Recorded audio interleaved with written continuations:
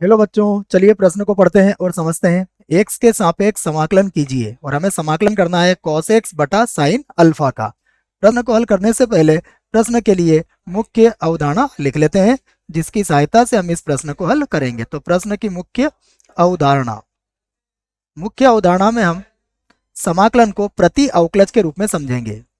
तो मुख्य अवधारणा में देखिए कैसे होता है समाकलन प्रति अवकलज। इसको हम एक सूत्र से समझते हैं कि हम जानते हैं डी बटा डी एक्स साइन एक्स।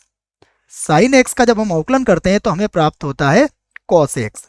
तो इस आधार पर हम ये कह सकते हैं कि यदि हम कॉस एक्स का समाकलन करेंगे तो हमें प्राप्त होगा साइन एक्स और प्लस अचर सी का प्रयोग यहां पर कर लेंगे अनिश्चित समाकलन के लिए।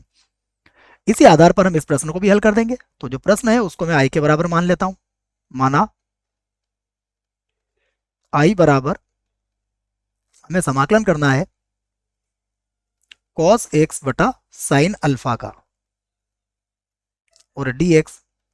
तो यहाँ जो साइन अल्फा है यह तो अचर है, तो इसको तो हम अलग कर देंगे। तो इसको लिख देंगे एक बटा साइन अल्फा और समाकलन के अंदर होगा कॉस एक्स डी एक्स। और यहाँ देखिए कॉस एक्स का समाकलन हमने कितना प्राप्त किया है, यह प्राप्त किया है हमने साइन एक्स। तो क्या बन जाएगा ये एक बटा साइन अल्फा और कॉस एक्स का हो जाएगा साइन एक्स और प्लस लिख देंगे हम सी।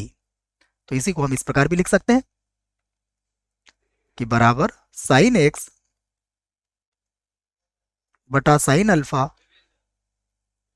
प्लस सी। यही हमारे प्रश्न का उत्तर होगा। आशा करता हूं आपको इस प्रश्न का उत्तर समझ में आया होगा। धन्यवाद।